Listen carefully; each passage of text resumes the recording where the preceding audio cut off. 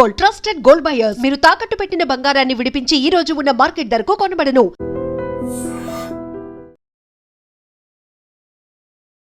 నమస్తే, నేను Kavitha. Welcome to I Dream News and నిజాలు. ఏప్రిల్ 29న ఎలక్షన్ అయిపోయిన తర్వాత ఎగ్జిట్ పోల్ ఫలితాలు అయితే వచ్చాయి. బోల్డ్ అంత టెన్షన్ ఉన్నప్పటికీ మే 4th వరకు ఎలక్షన్ కౌంటింగ్ అనేది జరగబోతోంది. ఈ 5 రోజుల గ్యాప్ ఎందుకుంది? ఎవరు స్ట్రాంగ్ రూమ్లను భద్రపరచాలి? ఎందుకని సీసీటీవీలతో పాటుగా స్ట్రాంగ్ రూమ్ ప్రొటెక్షన్, సెక్యూరిటీ మీద డౌట్లు వస్తున్నాయి. అందులో కూడా మమతా బెనర్జీ తన క్యాడర్కు ఎందుకని తీవ్ర స్థాయిలో ఒక వార్నింగ్ లాంటి మెసేజ్ ఇస్తున్నారు. ఖచ్చితంగా మీరు స్ట్రాంగ్ రూమ్ దగ్గరే ఉండండి, డే అండ్ నైట్ కాపలా కాయండి అనే మాట ఎందుకంత అని చెప్తున్నారు. మనతో పాటుగా ఉన్నారు సీనియర్ జర్నలిస్ట్ సురేష్ కొచ్చాతిల్ గారు. సార్ నమస్తే. సో స్ట్రాంగ్ రూముల్లో ఈవీఎంలు భద్రంగా ఉంటాయో లేదో అనుమానంగా ఉంది. మీరు అలర్ట్గా ఉండి, నేను అవసరమైతే నా ప్రాణాలు ఇవ్వడానికైనా రెడీగా ఉన్నాను, పోరాటం మాత్రం ఆపను అనే మాట. అంత డౌట్ ఎందుకని వచ్చింది ఈవీఎంల భద్రత మీద? అది ఏం లేదు, అది ఎప్పుడు మమతా బెనర్జీకి ప్రాబ్లం ఇప్పుడు కాదు. ఈవెన్ 2024 లోక్సభ ఎలక్షన్ టైంలో ఉండే, దానికన్నా ముందు దీనికి ఉన్న ముందు ఎలక్షన్ జరిగిన దాంట్లో కూడా ఉండే. ఈవెన్ మహారాష్ట్రలో కూడా చూసాం మనది. ఉద్ధవ్ థాకరేకి ఇది డౌట్లు ఉండే, ఎవరైనా కొట్టేస్తారో అని చెప్పి. నిన్న ఒక కన్ఫ్యూషన్ ఏం జరిగిందంటే, ఈ ఈవీఎంలు అన్ని వాడర్ తీసుకెళ్ళిన ఈవీఎంలు. ఫర్ ఎగ్జాంపుల్ ఒక కాన్స్టిట్యున్సీలో 10,000 ఈవీఎంలు తీసుకెళ్లారు. ఓకే, దాని తర్వాత మెయిన్ సెంటర్లో పెట్టేసుకొని అక్కడి నుంచి డిస్ట్రిబ్యూట్ చేస్తారు. దాంతోపాటు ఒక 100 మిషన్స్ని ఒక్కొక్క సెంటర్ స్టాండ్ బైగా ఒక్కొక్క సెంటర్లో రెండు పెట్టుకుంటారు. జరుగుతుంది ఏంటంటే, ఏదైనా ప్రాబ్లం అయితే రీప్లేస్ చేయొచ్చు ఇమీడియట్గా. Technical issues. ఇది వాడకపోతే ఈవీఎంలు మళ్ళీ తీసుకురావాలి, రిటర్న్ తీసుకొచ్చి మెయిన్ సెంటర్కి వచ్చి యాక్చువల్ ఓటింగ్ జరిగిన ఈవీఎం సపరేట్, ఈ బ్లాంక్ ఈవీఎంస్ అంటే వాడిన ఈవీఎంస్ సపరేట్ పెడతారు. ఫస్ట్ ఈ వాడిన ఈవీఎంస్లు పంపించేస్తారు, జీపీఎస్ ట్యాగ్ చేస్తారు. దానికి ప్రతి వెహికల్కి జీపీఎస్ ట్యాగింగ్ ఉంటుంది అనమాట. వెహికల్ ఒక ప్లేస్ నుంచి ఒక ప్లేస్ ఎక్కడికి వెళ్తుంది, ట్రావెల్ చేస్తుంది, ఎలక్షన్ కమిషన్ మానిటర్ చేస్తారు. సో అక్కడ ఏం ప్రాబ్లం లేదు. తర్వాత ఏం చేస్తారంటే, నెక్స్ట్ డే ఈ అన్యూస్డ్ ఈవీఎంస్ ఉంటుంది చూడండి, దాన్ని సపరేట్గా తీసుకెళ్తారు, అది కూడా ట్యాగ్ చేస్తారు. టీఎంసీ వాళ్ళు ఇది చూసి ఈవీఎంలు బీజేపీ వాళ్ళు ఇంకో చోటుకు తీసుకెళ్తున్నారు అని చెప్పి ఆరోపణ చేశారు. అది కాదు జరిగింది.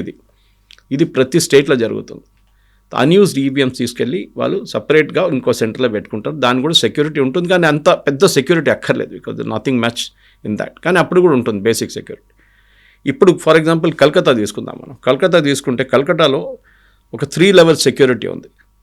అక్కడ ఆల్మోస్ట్ మీరు చూసుకుంటే 22 స్ట్రాంగ్ రూమ్లు ఉన్నాయి, 7 కౌంటింగ్ సెంటర్స్ ఉంది. సో మీరు అడిగారు చూడండి కవిత గారు, ఎందుకు ఇది 5 రోజులు తీసుకుంటుంది అనేది. ఇది ప్రతి ఎలక్షన్లో ఉంటుంది. ఎందుకంటే తమిళనాడు ఎప్పుడో జరిగింది, కేరళ ఎప్పుడో జరిగింది. ఇప్పుడు దాకా ఎందుకు వెయిట్ చేసినా? మనం కూడా లోక్సభ ఎలక్షన్ టైంలో చూసాం. ఆల్మోస్ట్ 1 మంత్ పట్టింది, 1.5 మంత్స్ పట్టింది ఫైనల్ కౌంటింగ్ రావడానికి 2024 లోక్సభ ఎలక్షన్. ఎందుకంటే ఈ మిషన్స్ని మూవ్ చేయాల్సి వస్తుంది ఒక్కొక్క సెంటర్కి. అక్కడ మొత్తం టేబుల్ సెటప్ చేయాల్సి వస్తుంది, కౌంటర్స్ పెడతారు, దానికి బ్యారికేడింగ్ చేస్తారు. ఇదంతా టైం తీసుకుంటుంది అనమాట. దాని తర్వాత ప్రింట్అవుట్ తీసి దాన్ని అంటిస్తారు, ఈ బూత్ నెంబర్ ఇక్కడ, ఈ బూత్ నెంబర్ ఇక్కడ. సో ఏజెంట్ దాని ఆపోజిట్ సైడ్లో కూర్చుంటారు. ఎందుకంటే వాళ్ళకి ప్రతి మిషన్ ఓపెన్ చేసినప్పుడు వాళ్ళకి చూపించాల్సి వస్తుంది. మిషన్ సీల్ తీసినప్పుడు వాళ్ళు చెక్ చేస్తారు, ఎస్ అంటారు. దాని తర్వాత కౌంటింగ్ స్టార్ట్ అవుతుంది. అప్పటికి కూడా ఈ బటన్ ప్రెస్ చేస్తే బీజేపీకి ఇన్ని ఓట్లు వచ్చింది చూడండి అంటే వాళ్ళు రాసుకుంటారు వాళ్ళ వైపు నుంచి. దెన్ టీఎంసీకి ఎంత వచ్చిందన్న టీఎంసీ రిప్రజెంటేటివ్ రాసుకుంటారు. సో ఇది ఒక్కొక్క రౌండ్ బై రౌండ్ నడుస్తుంది ఇది. ఓకే, సో ఒక రౌండ్ అయిపోయిన తర్వాత ఈ మిషన్లు యూస్ చేసిన మిషన్లన్నీ, దట్ ఈస్ ఆల్రెడీ కౌంటింగ్ అయిన మిషన్స్ని మళ్ళీ ఒక బాక్స్ వేసి సీల్ చేసి పక్కన పెడతారు దాన్ని. ఎందుకంటే రేపు ఏదైనా ఒక ఎలక్షన్ పిటిషన్ వస్తే క్యాండిడేట్ బర్నింగ్ ఆఫ్ ఈవీఎం కూడా డిమాండ్ చేస్తారు, చిప్ బర్నింగ్ డిమాండ్ చేస్తారు. ఇప్పుడు జరుగుతుంది ఒక, ఐ థింక్ హర్యానాలోనో ఇక్కడ, ఐ థింక్ బీహార్లో జరుగుతుంది ఒకటి అట్లనే కేసు. మహారాష్ట్రలో కూడా ఒకటి ఉంది. సో ఇది ప్రాసెస్ అన్నమాట. సో 5 రోజులు చాలా తక్కువ. ఇంకోటి ఏంటంటే, ఎలక్షన్ జరిగిన రోజు తర్వాత 2వ రోజు రీపోలింగ్ జరగవచ్చు కొన్ని కాన్స్టిట్యున్సీలు. ఐ థింక్ బెంగాల్లో కూడా జరగబోతుంది, ఇవాళ రేపు రీపోలింగ్ ఉంటుంది. ఆ రీపోలింగ్ కోసం వీళ్ళు మళ్ళీ ఈవీఎంలు అన్నీ తయారు చేయాల్సి వస్తుంది. వాళ్ళు టైం తీసుకుంటారు. అది 1, 2, 3 బూత్లోనే ఉంటుంది, కానీ ఆ పని అంతా కూడా ఉంటుంది. మళ్ళీ రిటర్నింగ్ ఆఫీసర్స్ పిలవాలి, మళ్ళీ ఇదంతా తయారు చేయాలి, మళ్ళీ పోలింగ్ ఏజెంట్స్ని ఇన్ఫామ్ చేయాలి, ఓటర్ని ఇన్ఫామ్ చేయాలి. చూడండి, మీ బూత్లో జరిగిన ఓటింగ్ ఏదో జరిగింది, ఈవీఎం స్పాయిల్ అయిపోయింది, ఖరాబ్ అయింది, వీఆర్ రీడూయింగ్ ఇట్ అగైన్, లేకుంటే ఏదో వైలెన్స్ జరిగింది అక్కడ. ఇప్పుడు ఇది ఒక ప్రాసెస్ అనమాట. సో ఈ దానికోసం ఇప్పుడు స్టేట్లో కూడా మనం చూసాం, ఎంటైర్ వెస్ట్ బెంగాల్లో 200 కంపెనీస్ సిఏపిఎఫ్పిఎఫ్ అంటే సెంట్రల్ ఆర్మ్డ్ పోలీస్ ఫోర్స్ని పెట్టారు వీళ్ళు. అది సిఆర్పిఎఫ్ ఉండొచ్చు, సిఐఎస్ఎఫ్ ఉండొచ్చు, బిఎస్ఎఫ్ ఉండొచ్చు, ఎవరైనా ఉండొచ్చు. మమతా బెనర్జీ నాకు ఆరోపణ చేశారు, బిఎస్ఎఫ్ వాళ్ళు బార్డర్ గార్డ్ చేయాలి కదా, వాళ్ళు ఇక్కడేం చేస్తున్నారు వాళ్ళు అని చెప్పేసి. ఎమర్జెన్సీ రోజులు ఎందుకు కనిపిస్తున్నాయి ఇక్కడ మాకు అనేది. అది ఎందుకంటే లాస్ట్ టైం 7 రౌండ్లు జరిగిన తర్వాత కూడా చాలా పెద్ద వైలెన్స్ జరిగింది. ఎలక్షన్ ముందు వైలెన్స్ ఉండే చాలా మటుకు, కానీ దాని తర్వాత కూడా వైలెన్స్ జరిగింది. చాలామంది చనిపోయారు దాంట్లో. నిన్న కూడా చూడండి పోలీస్ అంటే అసలు ఫైరింగ్ జరిగింది నిన్న. ఏదో సివిలియన్ ఫైర్ చేశాడు, మీరు చూసుంటారు వీడియోలు, లాఠీ చార్జ్ జరిగింది. వైలెన్స్ అనేది వెస్ట్ బెంగాల్ ఎలక్షన్లో చాలా కామన్, ఇప్పుడు కాదు కమ్యూనిస్ట్ వాళ్ళ టైం నుంచి కూడా. సో అది కొత్తదేం కాదు. అదే దానికోసం మీరు చూడండి, తమిళనాడులో ఇంత గొడవ లేకుండే, కేరళలో దే వాజ్ నథింగ్, అక్కడ కూడా కమ్యూనిస్ట్ వాళ్ళు ఉన్నారు కదా, అక్కడ ప్రాబ్లం లేదు. అస్సాంలో చాలా సెన్సిటివ్ అయిన ప్లేస్లో అక్కడ కూడా గొడవ లేదు. వెస్ట్ బెంగాల్లో ఒకటే ఈ ప్రాబ్లం ఉంటుంది. అండ్ మమతా బెనర్జీ ఆమె ఫస్ట్ టైం పోటీ చేసినప్పటి నుంచి 2011 నుంచి ఆమె ఈ అగ్రెసివ్నెస్ చూపిస్తుంది ఎప్పుడు. ఇప్పుడు ఆమె ఏం చెప్పారంటే వాళ్ళ పార్టీ కార్డర్స్కి చెప్పారు, మీరు ఎవ్వరు స్ట్రాంగ్ రూమ్ ముందు నుంచి వెళ్ళకూడదని. యాక్చువల్లీ స్ట్రాంగ్ రూమ్ ముందు రానియర్ ఎవరు. దెర్ ఇస్ అ 500 మీటర్, ఒక్కొక్క కేసులో 100 మీటర్స్ ఒక గ్యాప్ ఇస్తారు వాళ్ళు, అక్కడ దాని బయటనే ఉండాలి వీళ్ళందరూ. సీల్ చేస్తారు, డబుల్ సీల్ చేస్తారు, ట్రిపుల్ సీల్ చేస్తారు, 2 ప్లాంకులు కొట్టి దానికి మొదలు కొడతారు, దాన్ని చేస్తారు వీళ్ళు. దాని తర్వాతనే కౌంటింగ్ రోజు పొద్దున 6 గంటల నుంచి వీళ్ళు ఓపెన్ చేయడం మొదలు పెడతారు in the presence of agents. So అందరిని అక్కడే ఉండండి, మీరు అక్కడ నిద్రపోండి, నేను కూడా భవానీపూర్లో నేను కూడా ఈవెన్ స్ట్రాంగ్ రూమ్ బయట ఉంటాను అని చెప్పి ఆమె ఒక పిలుపిచ్చింది. బీజేపీలు ఏమంటున్నారంటే ఆమె ఓట్ చోరీ కోసం రెడీ అవుతుంది, అలిగేషన్. ఆమె ఓడిపోతే డెఫినెట్గా ఓట్ చోరీ జరిగిందని చెప్పి ఆరోపణ చేయడానికి ఒక గ్రౌండ్ తయారు చేస్తున్నారు అని మమతా బెనర్జీ అని చెప్తున్నారు. అండ్ ఈసీ మీద కూడా ఆరోపణలు చేశారు, సీసీటీవీలను ఆఫ్ చేస్తున్నారని. ఈసీ ఇమ్మీడియట్గా రెస్పాండ్ అయింది, మేము సీసీటీవీలను ఆఫ్ చేయట్లేదు అనేది. కరెక్ట్, బికాస్ ఆఫ్ చేస్తే రీపోలింగ్ అవుతుంది. ఏ సెంటర్లో అయినా సీసీటీవీ ఆఫ్ చేస్తే రీపోలింగ్ జరుగుతుంది ఇమ్మీడియట్గా. అందుకే ఏదో అవకతవకలు జరిగింది పాత సిస్టంలో, మీకు గుర్తుండదు కవిత గారు, బీహార్, యూపీ లాంటి ప్లేస్లో ఆ టైంలో వీళ్ళు సీసీటీవీ ఏంటి మొత్తం కౌంటింగ్ సెంటర్ టేక్ ఓవర్ చేసుకొని కూర్చొని స్టాంప్ కొట్టి బ్యాలెట్ పేపర్లు వేసేస్తారు. ఇప్పుడు అది కాదు కదా, ఎందుకంటే ఈవీఎం కూడా మీరు హైజాక్ చేస్తే కూడా మీకు ఒక ఈవీఎం ఓట్ వేసి నెక్స్ట్ దానికి వెళ్ళడానికి ఒక 1 మినిట్ తీసుకుంటుంది. ఒక గంటలో 60 ఓట్లే పడుతుంది, అది కూడా పడదు మీరు ఈవెన్ కంప్లీట్ టేక్ ఓవర్ చేస్తే కూడా. And multiply by number of hours, okay, ఒక 9 గంటలు తీసుకోండి, 540 ఓట్లు పడతాయి అంతే. ఓకే, సో ఒక బూత్లో 1000 ఓట్లు ఉంటే కూడా టైం తీసుకుంటారు, 12 గంటల సేపు దాకా టైం తీసుకుంటారు. సో ఈవెన్ మీరు రిగ్ చేయలేరు అక్కడ కూడా, ఇంపాసిబుల్ చేయడం. కానీ మొన్న జరిగిన ఎలక్షన్లో ఒక బూత్లో ఒక ప్రాబ్లం ఉండే, బీజేపీ సింబల్ మీద ఎవరో టేప్ పెట్టేశారు, అది ఆ వీడియో కూడా వచ్చింది బయటికి. దాని తర్వాత ఆ బూత్ కౌంటర్మైండ్ చేసి మళ్ళీ రీపోలింగ్ జరిగింది అక్కడ. అండ్ లెఫ్ట్ పార్టీలు కూడా అదే మాట చెప్తున్నారు, మా సింబల్స్ మీద మీరు టేప్ వేశారు అనేది. అదే అర్థం కావట్లేదు, ఎందుకంటే ఇంత పవర్ఫుల్ ఉన్న లెఫ్ట్ పార్టీస్ మమతా బెనర్జీని అడ్డుకోలేకపోతున్నారు అంటే ఇట్ విల్ బి సర్ప్రైజింగ్. అందుకే వాళ్ళ దగ్గర కార్డర్స్ ఉన్నారు కదా, ఎక్కడ పోయింది వీళ్ళ కార్డర్స్ అందరూ. సో ఇప్పుడున్న అది కూడా కాకుండా ఇప్పుడు క్యూఆర్ కోడ్ పెట్టి ఈ కోడ్ బేస్డ్ ఐడి కార్డు ఇస్తున్నారు వీళ్ళకి. ఓకే, అంటే అందరూ లోపల రాలేరు, ఎవరెవరు లోపలికి వస్తున్నారో పార్టీది ఒఫీషియల్ ఏజెంటు వాళ్ళకు క్యూఆర్ కోడ్ బేస్ ఇస్తున్నారు. ఎందుకంటే జరుగుతుందండి, ఫర్ ఎగ్జాంపుల్ మీరు 5 అవర్స్ కూర్చోగానే మీకు టైర్డ్ అయిపోతారు, మీరు రీప్లేస్మెంట్ ట్రై చేస్తారు బయట నుంచి, ఎవరో ఇంకొకరు వస్తే ప్రాబ్లం అవుతుంది. So that has be the official పార్టీకి. ఈవెన్ బూత్లో కూడా అదే జరుగుతుంది. నేను కూడా బూత్లో కూర్చున్నాను ఒక టైం, నాకు గుర్తుంది. 3-4 అవర్స్ తర్వాత మనకు కూడా అది వేడి ఉంటుంది ఆ టైంలో. సమ్మర్ అంటే ఏం చెప్తారు, ఫ్యాన్లు ఉంటాయి కానీ ఏసీ గీసీ ఏమి ఉండదు. So you have to some బయటికి వెళ్ళి ఒక నీళ్ళు దాగి వస్తాం, లేకుంటే ఏదైనా తినేసి వద్దామని చెప్పి వెళ్తున్నప్పుడు మీ పార్టీ రిప్రజెంటేటివ్ వచ్చి మిమ్మల్ని రీప్లేస్ చేయాలి, ఎవరో వచ్చి రీప్లేస్ చేయడం కాదు. సో అదొక పెద్ద లాజిక్ ఉంది దాంట్లో కూడా. సో అనాథరైజ్డ్ ఉండకుండా చేస్తున్నారన్నమాట. కానీ ఈ పర్టికులర్ కౌంటింగ్ ప్రాసెస్ అనేది ఆ రోజు పొద్దున 7 గంటల నుంచి టెక్నికలీ మొదలైంది. ఇక్కడ మమతా బెనర్జీ చేసే ఆరోపణలు ఏంటంటే, ఒకటి పోస్టల్ బ్యాలెట్స్ గురించి చెప్తున్నారు. పోస్టల్ బ్యాలెట్స్ వీళ్ళు ట్యాంపర్ చేశారు, అది ప్రూఫ్ ఏం లేదు. ఆమె ఆరోపణ చేస్తుంది కానీ ఎలక్షన్ కమిషన్ దాన్ని చాలా క్లియర్గా ఖండించారు, ఏం జరగలేదు. పోస్టల్ బ్యాలెట్స్ ఎట్లా ఉంది అట్లనే ఉంది, సీల్డ్ యూనిట్స్లోనే ఉంది, అది ఆ రోజు పొద్దున ఓపెన్ చేస్తారు. అంతే మనకు తెలిసిందే. పోస్టల్ బ్యాలెట్స్ అంటే ఈ సపోజ్ మీరు ఒక బూత్లో కూర్చున్నారు, మీరు మీ కాన్స్టిట్యున్సీ ఇంకో ప్లేస్లో ఉంది, మీరు ఓట్ చేయలేరు, అది we are the returning officer of that booth, లేకుంటే వీఆర్ అ పోలింగ్ ఆఫీసర్ ఆ బూత్లో. సో మీరు వెళ్ళలేరు. సో ప్రతి బూత్లో 10 మంది అయినా ఉంటారు కదా ఆఫీషియల్స్, వాళ్ళు ఎక్కడ ఓటేస్తారు. సో వాళ్ళకి ఏం చేస్తారంటే వాళ్ళని అలాట్ చేసిన టైంలోనే వాళ్ళకు బ్యాలెట్ పేపర్ ఇస్తారు వాళ్ళ ఏరియాది. ఇచ్చి మీరు ఎవరికి ఓటు వేయాలని మీరు వేసేసుకొని చెప్పేసి ఎన్వలప్ వేసి సీల్ చేస్తారు దాన్ని. అది కాకుండా ఈ ఆర్మ్ ఫోర్సెస్ అదే స్టేట్ నుంచి ఉన్న ఉంటారు, పోలీసు వాళ్ళు ఉంటారు, వాళ్ళు ఇంకో చోట్ల వాళ్ళకి పోస్టింగ్ ఉంటుంది. సో అక్కడి నుంచి చేస్తారు. ఇట్లాంటి చాలామంది ఉంటారు. ఈవెన్ ఓల్డ్ పీపుల్, ఇప్పుడు ముస్లిం వాళ్ళు ఓల్డ్ పీపుల్ వాళ్ళు ఇన్ఫర్మ్ ఉంటారు, నడవలేకపోతారు, వాళ్ళు ఇంట్లో కూర్చొని చేయొచ్చు. సో వాళ్ళ ఇంటికి రిటర్నింగ్ ఆఫీసర్ వెళ్తారు, వాళ్ళు మార్క్ చేస్తారు, చేసిన తర్వాత సీల్డ్ అన్నులో ప్లేసి సీల్ చేసేస్తారు. ఫస్ట్ వాళ్ళు ఆన్లైన్లో అప్లై చేసుకోవాలి, మేము రాలేము, అది ఓన్లీ ఫర్ ఓల్డ్ పీపుల్. ఇది మిగతా వాళ్ళు ఆటోమేటిక్ వచ్చేస్తుంది వాళ్ళది.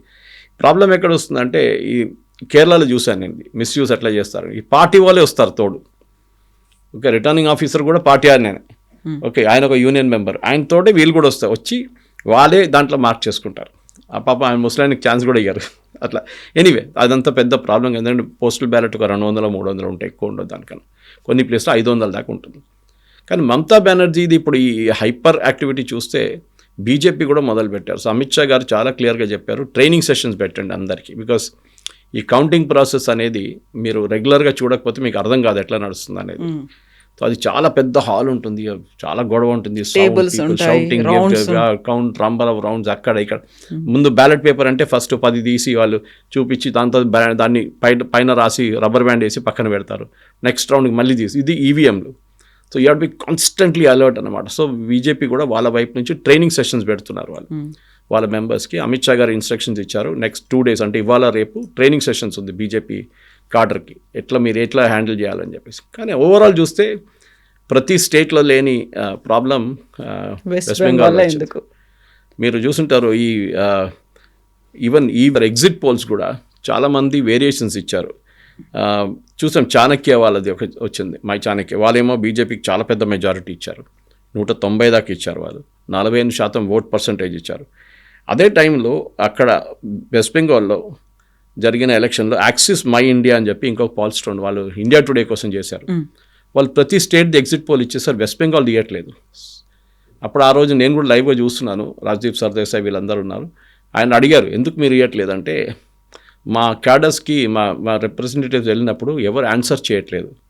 ఆల్మోస్ట్ 70% మంది డిడ్ నాట్ రెస్పాండ్, భయపడుతున్నారు చెప్పడానికి ఎవరికి ఓటేశారని. ఎందుకంటే వాళ్ళకి డౌట్ ఉంది, మేము చెప్తే మమ్మల్ని రేపు కొడతారు ఏమో అని చెప్పేసి. సో ఆ నంబర్లో ఒక క్లారిటీ ఉంది కవిత గారు, ఎవరు భయపడుతున్నారు ఎవరిని. టీఎంసీ బీజేపీ వాళ్ళని భయపడరు, లాస్ట్ టైం మనం చూసాం. అది వైలెన్స్ అటువైపు ఉంటుంది. దట్ ఈస్ బీజేపీకి ఓటేసిన వాళ్ళు టీఎంసీ వాళ్ళు వస్తున్నారు, వాళ్ళు అడుగుతున్నారని భయం ఉంటుంది, మమ్మల్ని రేపు కొడతారు చంపేస్తారని జరిగింది కూడా లాస్ట్ టైం.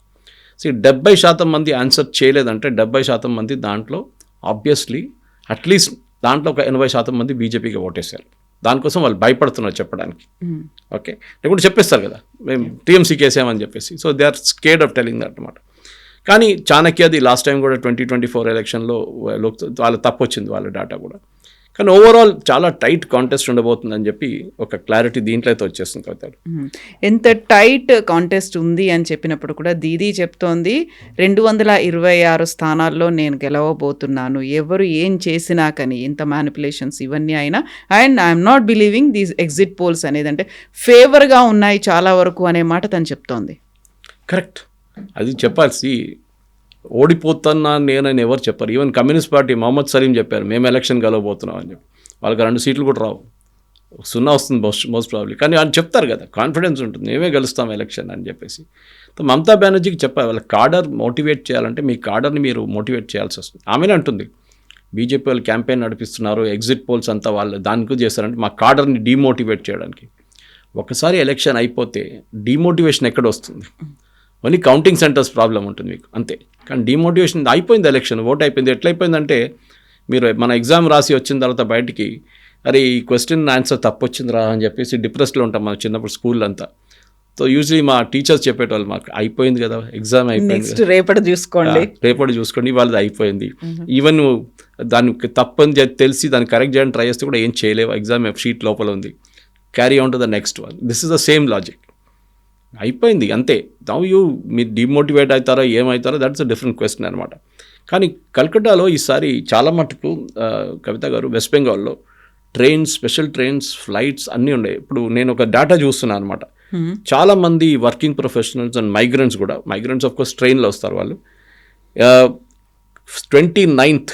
ఏప్రిల్ 29 కల్కటాకి వచ్చిన వాళ్ళు incoming passengers 26,554. Exiting same day ఒకటేసి వెళ్ళిన వాళ్ళు 22,000, almost 23,000. April 28 same, April 27 same, April 26 కూడా 26, 27, 28, 29 సేమ్ నంబర్. ఓకే, కానీ వచ్చిన వాళ్ళు చాలామంది ఇంకా వెళ్ళలేదు. అంటే వాళ్ళు కొంచెం లేట్ వచ్చాం కదా కొన్ని రోజులు ఉండామని చెప్పేసి. యావరేజ్ ఫేర్ ఢిల్లీకి 5,000 నుంచి 14,000 ఇంక్రీజ్ అవుతుంది. ప్రతి చోట Ahmedabad, Bengaluru, Hyderabad 17,000 to 21,000 for one ticket. Usually అది 8 నుంచి 11 ఉంటుంది, 8,000 ఉంటుంది మ్యాక్సిమం. ఇప్పుడు చూడండి, హైదరాబాద్ టు కల్కటా ఇస్ 21,000 అన్నమాట. సో యావరేజ్ ఫేర్ ఇది మోస్ట్లీ ఏంటంటే ఇక్కడి నుంచి చాలామంది మైగ్రెంట్ లేబరర్స్ వెస్ట్ బెంగాల్కి వెళ్ళి ఓటేశారు ఈసారి. నేను చెప్పాను చూడండి, ఇక్కడ వాళ్ళ భయం ఏంటుండండి అంటే, మేము వాట్సాప్లో చాలా మటుకు గ్రూప్స్ మెసేజెస్ జరిగింది ఏంటంటే, మీరు వచ్చి ఓటు వేయకపోతే మీ ఓటు ఉండదు, నెక్స్ట్ టైం బీజేపీ వాళ్ళు తీసేస్తారు అని చెప్పి మైగ్రెంట్ వర్కర్స్ చాలామంది అక్కడ వెళ్ళి మళ్ళీ ఓటేసి వచ్చారు వాళ్ళు. నోయిడా లాంటి ప్లేస్లో హెల్ప్ లేదండి, డొమెస్టిక్ హెల్ప్స్ అందరూ మాయమైపోయారట. సో ఒక ఆమె నిన్న ఒక క్లాసిఫైడ్ యాడ్ వేసింది, మై మేడ్ ఈస్ మిస్సింగ్ అని చెప్పేసి. సో ఆ పరిస్థితికి వచ్చేసారన్న. అంత కీన్ కాంటెస్ట్ జరుగుతుంది వెస్ట్ బెంగాల్. మీరు ఎక్కడ చూడట్లేదు. అస్సాంలో ఇట్స్ టేకెన్ ఫర్ గ్రాంటెడ్, ఇవంతా గెలిపిస్తాడు. కేరళలో it will be touch and go, but UDF గెలిపిస్తారు. Stalin is okay in except for 1 or 2 polls, 1 poll Stalin కూడా కంఫర్టబుల్ ఉన్నారు. నారో కాంటెస్ట్ ఉంటుంది, కానీ టైట్ ఉంటుంది అక్కడ కూడా. ఇక్కడ ఒకటే ప్లేస్లో ఈ ప్రాబ్లం వస్తుంది. నిన్న కూడా చాలామంది నన్ను అడిగారు, ఫోన్ చేసి అడిగారు, సురేష్ గారు ఏం జరగబోతుంది వెస్ట్ బెంగాల్లో. నేను చెప్పాను, అది నాకు తెలిస్తే నేను చాలామంది బెట్టింగ్ గ్యాంగ్లు ఉంటారు, వాళ్ళ దగ్గర నేను కూడా బెట్లు పెట్టుకుంటాను కావాలంటే. కానీ ఏం జరుగుతుంది అనేది ఒక సింపుల్ ఎక్స్ప్లెనేషన్ ఎట్లా వస్తుందంటే, ఆల్మోస్ట్ 90 లక్షల మందిని తీసేశారు ఓటింగ్ లిస్ట్ నుంచి. Okay, very clear. మనం దీనికన్నా ముందు కూడా డిస్కస్ చేసాం. డివైడ్ బై 294 మీరు డివైడ్ చేస్తే మీకు ప్రతి కాన్స్టిట్యున్సీలో 30,000 ఓట్లు పోయినాయి. Approximately 29,000 something. కొన్ని కాన్స్టిట్యున్సీలో అది ఎక్కువ ఉంటుంది, కొన్ని కాన్స్టిట్యున్సీ తక్కువ ఉంటుంది. ప్రాబ్లం ఎక్కడ వస్తుందంటే 5,000 ఓట్లు దానికన్నా తక్కువనా లేకుంటే 10,000 ఓట్ల దాకా గెలిచిన వాళ్ళు they will be in problem this time. ఓడిపోయిన వాళ్ళు కాదు, గెలిచిన వాళ్ళు. ఎందుకంటే వాళ్ళ గెలిచిన ఓట్లు ఈసారి లేవు, మొత్తం పోయింది ఈసారి. 30,000 ఓట్స్ అది కూడా పోయి ఉంటుంది. అండ్ అక్కడే మమతా బెనర్జీ టెన్షన్ ఉండే ఎస్ఐఆర్ల గురించి. దట్ ఈస్ వై ఈసారి ఉన్న వెస్ట్ బెంగాల్ ఎలక్షన్ ప్రెడిక్ట్ చేయలేం మనం. ఎందుకంటే చాలా మటుకు ప్రతి కాన్స్టిట్యున్సీ బై కాన్స్టిట్యున్సీ మనకు చూడాల్సి వస్తుంది. నేను ఆల్రెడీ అనలైజ్ చేసి ఇప్పుడు వెస్ట్ బెంగాల్లో ఉన్న దాంట్లో మీరు ఎలక్షన్ కమిషన్ వెబ్సైట్కి వెళ్తే బెంగాలీలో ఉంది, అది మొత్తం డౌన్లోడ్ చేయలేకపోతున్నా, ప్రతి కాన్స్టిట్యున్సీలో ఎన్ని ఓట్లు పోయినాయి అని చెప్పేసి. కానీ మీరు చూసుంటారు, ఫస్ట్ రౌండ్ జరిగినప్పుడు 20 లక్షల మంది ఎక్కువ ఓటేశారు. సెకండ్ రౌండ్ కూడా బహుశా నంబర్ నేను చూడలేదు, ఇంకో అదే నంబర్ ఉండొచ్చు. ఇప్పుడు మీరు 90 లక్షల మందిని తీసేశారు, 20 లక్షల మంది ఓటేశారు. సెకండ్ రౌండ్లో కూడా ఒక 20 వేస్తే 15 అని పెట్టుకోండి, 35. అంటే 90 - 40, 50 lakh పీపుల్ ఇప్పుడు కూడా బయట ఉన్నారు. ఈ ఎవరు ఎక్స్ట్రా 40 అంటే వీళ్ళందరూ కొత్త ఓటర్స్. ఐదర్ ఫామ్ 6 ఫిల్అప్ చేసి కొత్తగా వచ్చారు, లేకుంటే 18 and just 18 and above వాళ్ళు ఎన్యూమరేట్ అయ్యారమన్నాడు. సో ఈ ఎలక్షన్లో మీరు ప్రెడిక్ట్ చేయలేని ఈ ప్రాబ్లం ఇది. ఏ ఎలక్షన్ అయినా మీరు ప్రెడిక్ట్ చేయదు. దాంట్లో మై యాక్సెస్ ఇండియా వాళ్ళు ప్రెడిక్ట్ చేయట్లేదు, ఎందుకంటే ఇట్స్ వెరీ డేంజరస్. ఆ నంబర్ ఇంత మటుకు ఎస్ఐఆర్ ఇంపాక్ట్ జరిగిన ఏ స్టేట్ లేదు, వెస్ట్ బెంగాల్ ఒక్కటే. అండ్ డెఫినెట్గా ప్రతి కాన్స్టిట్యున్సీ బై కాన్స్టిట్యున్సీ చూడాల్సి. నేను 294లో 4వ తారీఖు మన అనాలిసిస్ కోసం నేను అనలైజ్ చేస్తున్నప్పుడు చాలా కాన్స్టిట్యున్సీస్లో 15,000, 16,000, 20,000 ఓట్లతో ఓడిపోయిన గెలిచిన క్యాండిడేట్స్ ఉన్నారు. వాళ్ళ మీద కాన్సన్ట్రేట్ చేయాల్సి వస్తుంది. ఆ రోజు పొద్దున్న రిజల్ట్స్ వస్తున్నప్పుడు you can easily see a swing అటువైపు. ఎందుకంటే ఇప్పుడు కూడా మమతా బెనర్జీకి ఒక పెద్ద అడ్వాంటేజ్ ఏంటంటే Kolkata, Hooghly, Howrah, so north Parganas 24, south Parganas 126 స్థానాలు ఉన్నాయి. And Malda also that. ఈ 126లో ఆమెకి ఎప్పుడు 100s మినిమం 100 వస్తుంది, ఆమెకి 100 సీట్లు వస్తుంది. ఈసారి అది తగ్గి 60కి వెళ్తే then she is in trouble. అది ఆమెకు భయం ఉంది. దానికోసం మీరు చూస్తుంటారు కలకత్తాలో, ఈ కలకత్తా చుట్టుపక్కల అన్ని ఏరియాస్లో కూడా భద్రలో కమ్యూనిటీ, ఎస్సీ కమ్యూనిటీ వాళ్ళు, హిందూస్, వాళ్ళు మమతా బెనర్జీకి ఎప్పుడు ఓటేస్తారు. ఈసారి ఆ ఓటు ఇటువైపు వచ్చిందో అని ఒక డౌట్ ఉంది. ఎందుకంటే చాలా మటుకు ఒక పోలరైజ్ క్యాంపెయిన్ నడిచింది. మమతా బెనర్జీ ముస్లిమ్స్ కోసం పనిచేస్తుంది, మమతా బెనర్జీ ముస్లిమ్స్ కోసం డబ్బులు ఇస్తున్నారు అని చెప్పి ఒక ప్రచారం బీజేపీ వాళ్ళు చాలా హై లెవెల్లో చేశారు. అది కట్ అయిందా లేదా అని మనం ఇప్పుడు చూడాల్సి వస్తుంది. ముస్లిమ్స్ 100% మమతా బెనర్జీకి వేసి ఉంటారు. కానీ ఎంఐఎం కానీ మిగతా పార్టీలు అక్కడ ఉన్న ముస్లిం కాంగ్రెస్ కూడా ప్రో ముస్లిం పార్టీస్కి వాళ్ళు ఏదైనా ఓట్లు తీసుకెళ్లారు. ఎందుకంటే 3% కాంగ్రెస్కి 2% సిపిఎంకి అని చెప్పి ఎగ్జిట్ పోల్లో చూపిస్తుంది. వీళ్ళిద్దరు నడిమిట్లో ఉన్న గ్యాప్ 2%, 45-43. ఓన్లీ చాణక్య వాళ్ళు 10% డిఫరెన్స్ చూపిస్తున్నారు. కాంగ్రెస్ సిపిఎం తీసుకెళ్ళిన ఓట్లు ఎవరు ఓట్లు? అది mostly minority votes, Muslim oats.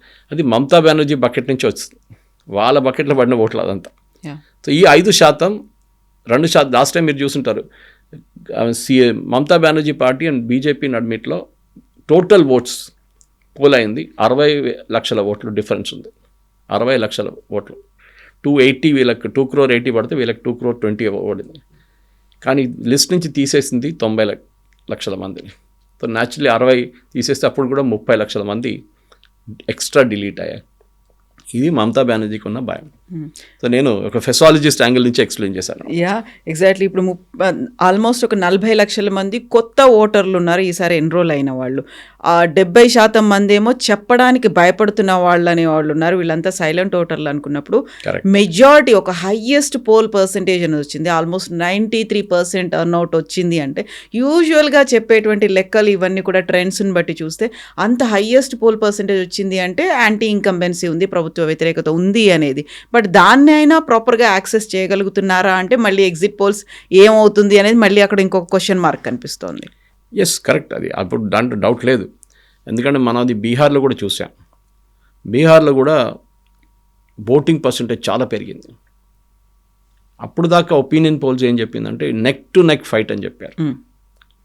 Okay, Tejaswi and Congress వాళ్ళ ఇండియా అలయన్స్, ఇక్కడేమో బీజేపీ అండ్ జేడీయూ వాళ్ళ ఎన్డీఏ అలయన్స్. కానీ ఫైనల్ రిజల్ట్ వచ్చినప్పుడు బీజేపీకి 2/3 మెజారిటీ వచ్చింది. జేడీయూ అండ్ బీజేపీకి ఎట్లా వచ్చిందంటే ప్రతి కాన్స్టిట్యున్సీలో మీరు అనలైజ్ చేసి ఇదే జరిగింది. డిలీటెడ్ ఓటర్స్ చాలా ఇంపార్టెంట్గా వచ్చారు. ప్లస్ ఆఫ్ కోర్స్ మహిళలు ఓటేశారనుకోండి నితీష్ కుమార్ గారికి. కానీ డిలీటెడ్ ఓటర్స్ని ఎవ్వరు పట్టించుకోలేదు. ఈ రేటింగ్స్ ఏజెన్సీ వాళ్ళు కూడా ఈ చేస్తున్న ఎగ్జిట్ పోల్ చేస్తున్న ఒపీనియన్ పోల్స్ వీరెవ్వరు ఇది క్యాల్కులేట్ చేయలేదు. ఆ కాన్స్టిట్యున్సీలో ఎంతమంది ఓటర్లు తీసేశారు, లాస్ట్ టైం ఎన్ని ఓట్లు వచ్చినాయి వరకు అనేది. అది తీసుకుంటే మీకు ఒక mathematical you can run a mathematical possibility on that అనమాట. అక్కడ మీకు చాలా క్లియర్గా నెంబర్ తెలిసిపోతుంది. కానీ వెస్ట్ బెంగాల్ ఎలక్షన్ మిగతా అన్ని పక్కన పెడితే కూడా ఆ రోజు పొద్దున్న కూడా నేను చెప్తున్నాను చూడండి, సాయంత్రం ఒక 3-4 గంటల దాకా we will not get a clarity. That high tension అనేది ఉంటుంది. క్లారిటీ ఉండదు. హై టెన్షన్ ఉంటుంది కానీ క్లారిటీ ఉండదు. యాజ్ మచ్ అస్ మీకు అస్సాంలో, తమిళనాడులో, కేరళలో నా టెన్షన్ మీకు ఉండదు. కానీ west Bengal will be extra tension. ఎందుకంటే ఇది ప్రతి రౌండ్లో they will be oscillating number of deleted voters, చనిపోయిన వాళ్ళు, duplicate voters and permanently migrated. ఇది చాలా క్రూషియల్. ఎస్ఐఆర్లో ఈసారి 92% రాగానే ఎలక్షన్ కమిషన్ అనౌన్స్ చేశారు. రికార్డ్ పోలింగ్ సిన్స్ ఇండిపెండెన్స్ చెప్పారు. దాంట్లో డౌట్ లేదు. లాస్ట్ టైం 82% పడింది అనుకోండి, మీరు 7 కోట్ల నుంచి 6 కోట్ల మందికి చేశారు, 1 కోటి మందిని తీసేశారు. That you have drop more than ఏం చెప్తారు 10-12% ఓటర్స్, 14% దాకా కూడా వెళ్ళింది. 10% తీసుకుందాం, 10% మంది ఓటర్లు మీరు తీసేస్తే లాస్ట్ టైం 82% ఓటు పడితే ఈసారి 92%. అది 100 is to 82 is to what అని చెప్పేసి అప్పుడు 92 వస్తుంది మనకి డెఫినెట్గా. అదే ఓట్ పర్సంటేజ్ పడితే లాస్ట్ టైం. సో ఎక్కువ కాలేదు. ఎస్, ఫస్ట్ రౌండ్లో 20 లక్షల మంది ఎక్స్ట్రా ఓట్ చేశారు, that is correct. Second round figures ఇంకా రాలేదు, బహుశా అదే ఉంటుంది నంబర్ అక్కడ కూడా. సో ఇంట్రెస్టింగ్ ఇదే, ఎవరు వీళ్ళు, దీంట్లో ఎంతమంది ఫామ్ 6 చేసి కొత్తగా వచ్చారు, ఎంతమంది అపిలేట్లో క్లియర్ చేసి వచ్చారు. 127 మంది క్లియర్ అయ్యారు అపిలేట్లో, ఎక్కువ మంది క్లియర్ కాలేదు. సో ఆబ్వియస్లీ ఈ డూప్లికేట్ ఓటర్స్ కానీ మైగ్రేటెడ్ ఓటర్స్ కానీ ఈసారి ఓట్ వేయలేదు వాళ్ళు. సో వాటి ఓట్ వేయలేకపోయారు కూడా. సో దానికి ఒక మేజర్ డిఫరెన్స్ ఈసారి వస్తుంది డెఫినెట్గా కవిత కూడా. అండ్ దాట్ ప్రాబ్లం మమతా బెనర్జీకే ఉండబోతుంది. దానికోసం ఆమె ఇంత నర్వస్గా ఉంది. లేకుంటే మీరు కాన్ఫిడెన్స్గా ఉన్నారనుకోండి, మీకు అసలు భయమే లేదంటే ఎందుకు ఈవీఎంల దగ్గర కూర్చోవాలి, 2-3 కూర్చోబెట్టండి చాలు, మనమే గెలుస్తామని చెప్పేసి. సో ఎక్స్ట్రా టెన్షన్ ఎందుకంటే ఏదో జరిగి ఉంటుంది అని మమతా బెనర్జీ కూడా భయం ఉంది ఆమె. దట్ బాడీ లాంగ్వేజ్లో మీకు తెలిసిపోతుంది చాలా క్లియర్గా. She's like that. ఆమె అగ్రెసివ్గా ఉంటుంది ఎప్పుడు. ఏ ఎలక్షన్ అయినా కానీ, ఆమె మున్సిపల్ ఎలక్షన్ అయినా కానీ చాలా అగ్రెసివ్గా తీసుకుంటుంది ఆమె.